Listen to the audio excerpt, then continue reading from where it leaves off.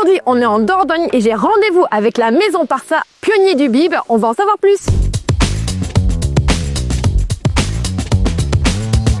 Alors, on m'a dit que vous étiez les premiers à faire du bib. Est-ce que c'est vrai? Un ami de mon père, qui était de passage par hasard à la maison, avait ramené ce produit des États-Unis. Lui n'y croyait pas trop. Et là, ça a fait tilt, mais vraiment, pour mon père et ma mère, ils ont dit génial, ça c'est un truc de folie, on va mettre du vin dedans et ça va marcher. On était négociant traditionnel et on est parti dans le conditionnement tout de suite avec le bag-in box à partir de 1980. Et voilà, et maintenant vous êtes avec nous. Est-ce que tu as fait des évolutions dans ton format de bib? Oui, je te confirme ça, Margot. Si tu prends ce format, en fait, c'est un format frigo pour le mettre dans une porte de frigo.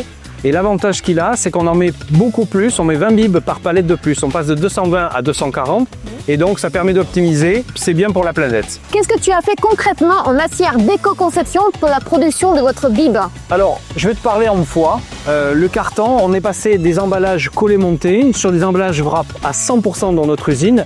Ça fait 60 tonnes par an d'économie. Pour la partie plastique, on a enlevé toutes les poignées. On fait une économie de 5 tonnes de plastique. C'est remarquable. Et ça t'apporte quoi de travailler avec Adelph?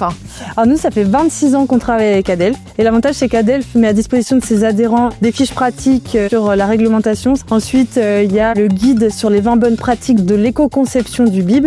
Et là, cette année, en 2025, on fait partie d'un groupe de travail avec Adelph sur la recyclabilité et la séparabilité du bib. Adelph a permis de mettre en lumière notre démarche d'éco-conception grâce au concours millésime où on a fini finaliste l'année dernière. Dis-moi Jean-Marc, comment tu as connu Adelph? Eh bien, écoute Margot, tu vas pas le croire, la personne qui nous a présenté le bib et avec qui on a créé tout ça, c'est la même personne. En 1999, il m'a dit le recyclage c'est obligatoire, il faut que tu travailles avec Adelph. Et banco, j'ai dit ok, on commence avec Adelph.